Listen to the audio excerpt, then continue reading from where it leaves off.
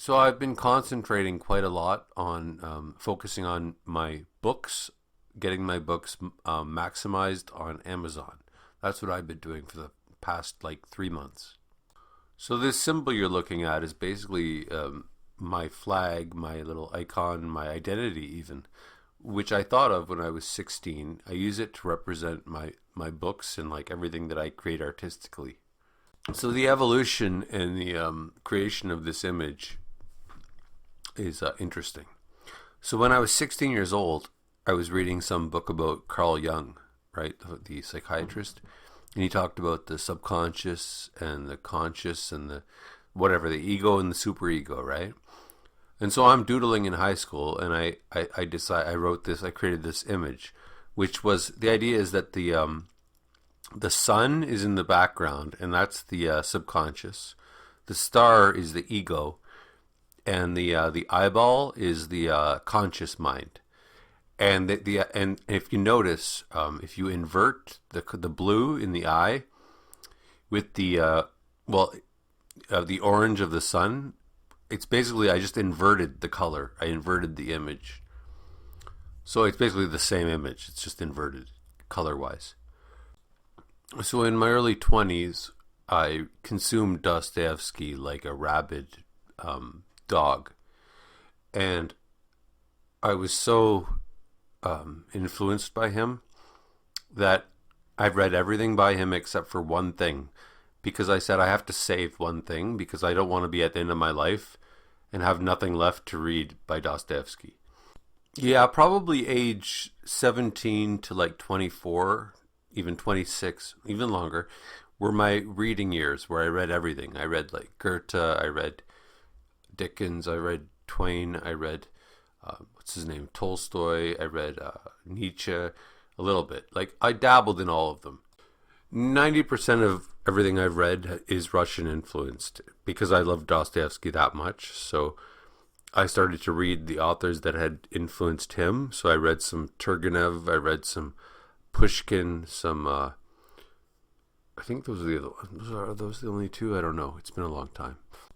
Oh, I read Gogol, The Overcoat, The Nose. Those are his two most famous things. I read some Tolstoy. But here's a list of other things that I read in my early 20s. That's when I was an avid reader. Okay, in the English language, Mark Twain, I read a lot of his stuff. Ernest Hemingway, I read 2 books by him. I've read a very small amount of Edgar Allan Poe, but I love everything that he writes. In terms of German writers, I've read half of something by Goethe, even though I know that he's a super genius. I didn't really take to his writing. Nietzsche, Schopenhauer, Hermann Hesse. I dabbled in all of those people. I don't really know them very well. Oh, my 2 favorite books of all time. It's never changed I'm 46 years old now. 46 years old right now. My favorite 2 books of all time are The Iliad by Homer and The Idiot by Dostoevsky. And I guess I have to commend myself, considering that I dropped out of high school, that I educated myself thoroughly on my own. And during that entire time, I was writing stories. I was trying to emulate, do my version of my main inspiration was Dostoevsky when I tried to write things. And I had been trying to write like fiction since I was 17. And then I think I was around 26 when I had so many things I was writing, so many stories, but I couldn't finish any of them. And a friend who I really respected told me, just concentrate on one thing, right? So I decided I'm going to concentrate on one thing, one project. So I decided on this one project. Okay, you see the title there. And the title actually is the best part of it because it makes it sound so bad, and then when you read it, you're like, oh well, actually that's totally true, because it's a satire, right? My whole identity as a writer is sarcastic, so it's always a satire. When I wrote this book, I really found my voice as a writer in terms of how do I write. that's how and this is where I figured out how to write. Like my identity as a writer, if it makes any sense. Like I still haven't figured out my identity as a classical music writer at all. And the reason I chose to represent myself by the title Human Warnings has a long history, which I'll sum up in like 20 seconds. Uh, so I used to chat in chat rooms, and I just thought of the name Human Warnings because I thought it sounded really cool, and that was really how stupid it was. But then I thought, you know what? That is cool. That's like a really cool two words, Human Warnings. So I decided to name my company, quote, Human Warnings, like Human Warnings Publishing, Human Warnings Productions, whatever. That will be my name if I ever have a business. And then after my first book came out, Men Are All Murderers, Women, my father actually pointed out, he goes, you know, you write satire, and satires are human warnings. And I'm like, wow, okay, so it actually totally works. So it's just like a really cool coincidence where it just worked. So at like age 27, 26, I had a book launch and like 50 people came, you know, family and friends, of course. That's usually how it works. And that was that for that. And I had like 1,000 copies printed for like $2,000. Oh, and I also had quit drinking by then, so I was much more efficient by then. I mean, at that time. So then I was in a bar. I was still drinking, just not drinking as much as I do now. And I'm sitting there in a bar, and I'm like, why can't I be normal? And I'm like thinking about like, what about the story of a guy who wants to be normal so bad that he just keeps getting weirder and weirder? And I'm like, and I'll call it Why Can't I Be Normal? And I'm like, that was the genesis of the next book, which basically required no writing because the concept was so simple and so awesome that it was the easiest book I've ever written, and at the same time, the most people think it's like the best, right? Like it's got the highest ratings on Amazon. I'm actually thinking that a book such as this should be used for, I should adapt it to like a kid's level, like 4 to 6 year olds, because the idea is so powerful and so simple and so important. So I had a book launch for it where everybody, like my whole family, Facebook, everybody came. A lot of turnout. I made a lot of money, but at the same time, like getting your friends and family to like your stuff it's not very. I mean, that's just easy. That's just charity, right? So, but it was great. So I made the book. I printed the book. I sold the book. And one highlight, actually, from that whole period of time is that I sent those two books to an agent. But she was more of like a movie agent. So she wrote me back and she said, sorry, you know, I can't do anything with this. And then a month later, her husband wrote me an email and he said, can I interview you? And I go, sure. And then he told me, he goes, you know, my wife was sick and I read her your books and we laughed our heads off and we loved them. And you know, he actually said to me the best compliment I've ever heard in my life. He said, when people are writing about what the Toronto art scene was in 2006, they're going to be writing about you. Although I'm not really involved in the scene, I'm not sure if he said scene. Maybe he meant the art, what was going on. And yeah, but that was the first time a total stranger approached me praising what I had written, which was a very good boost for my confidence because, you know, you don't think how do you know you're any good if like it's only your family and friends, and most of them don't even read your shit. So then in my late 20s, I started studying filmmaking, and I figured out all the how it works to the degree where I realized I could make a movie where I just like shoot the same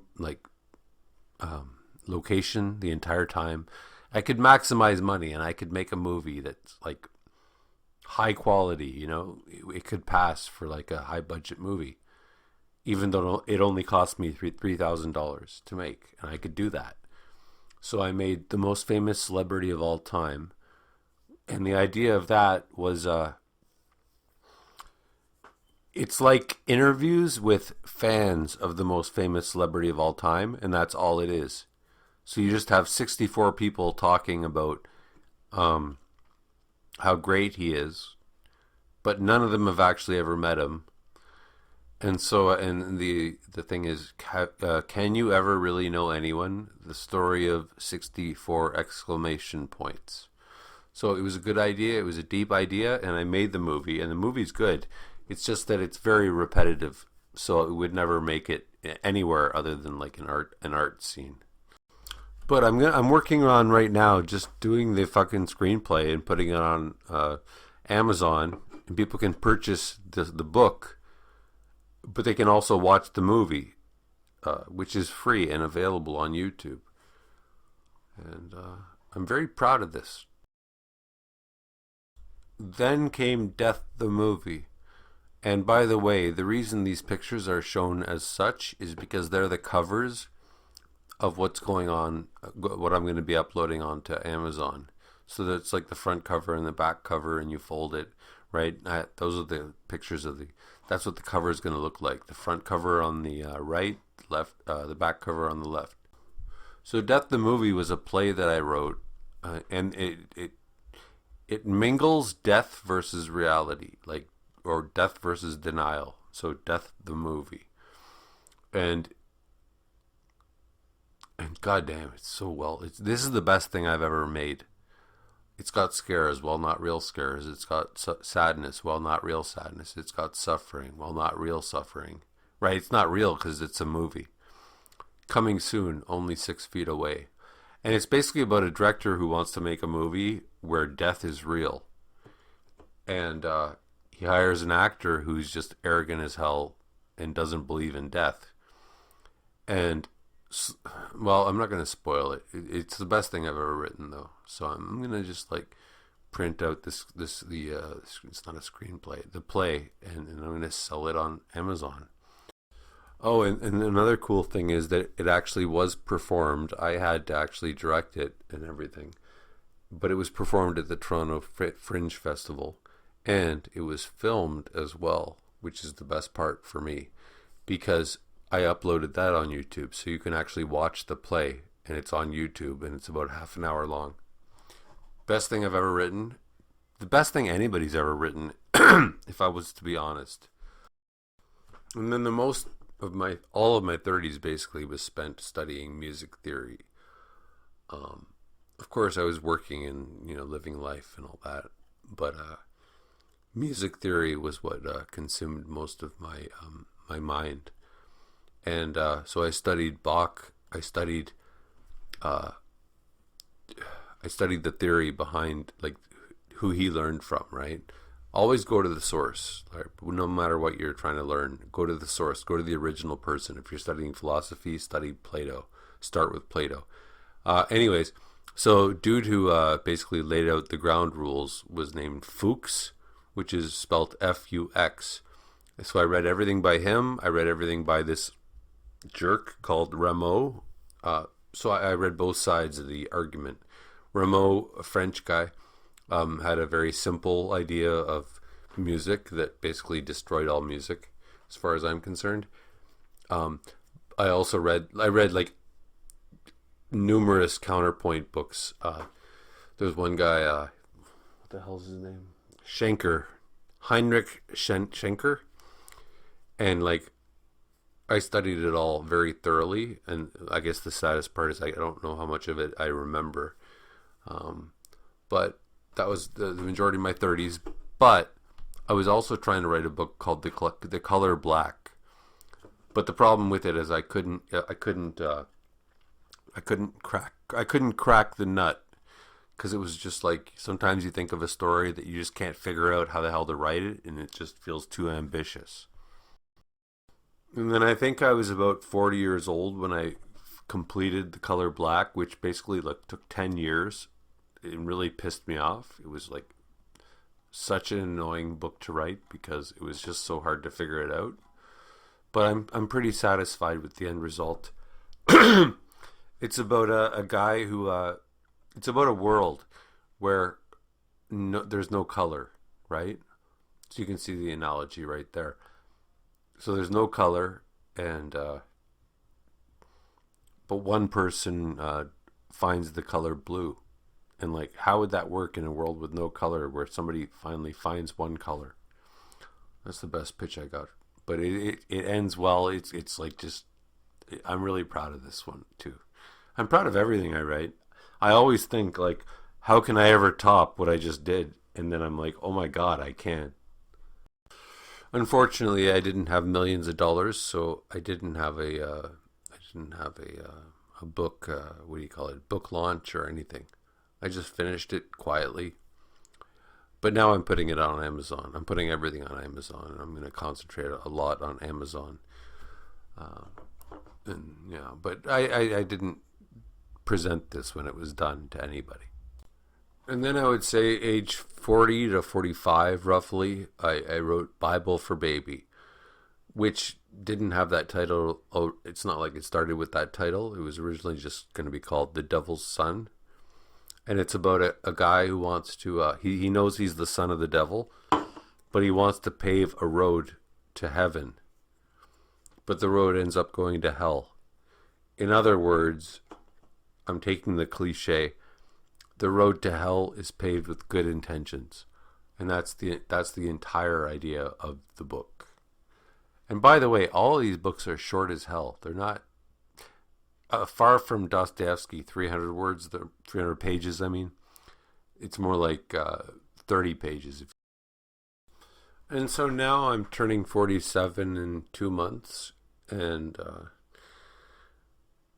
this is my project. I was hoping to have it done by the year, as I always do for everything I write. Sometimes it takes 10 years, though. But I think this is also a really cool idea. The idea is there's a creature, basically a ferocious beast, broke into the computer place and had sex with a supercomputer, and they gave birth. They had sex, and then the computer got pregnant and gave birth to a creature that is half smartest person who ever lived and half most ferocious person who ever lived. So he has an extreme amount of intelligence, but he also has an extreme amount of passion. But the problem is the two sides of his brain can't communicate with each other. So he's rendered essentially useless. And another cool idea I've got for it is that there's two sides of the world in which he lives, where there's two hemispheres. So there's the one hemisphere is the land of the beasts, and the other hemisphere is the land of the computers. So you're seeing how the hemispheres of his mind, of his brain, are replicated by the world that he lives in. And the symbol that you see on the left, what it is it's like, I realized at some point that a heart, like, in cards, a heart and a spade are basically the same shape if you reverse them. So the heart represents his passion, and the spade represents his intellect. And I'm just brainstorming at this point, so this is just like I've just created the cover, but I haven't written it yet. If you support gays, click like. If you respect blacks, comment. If you think women are people too, click the notification bell. And if you care about sick children, subscribe.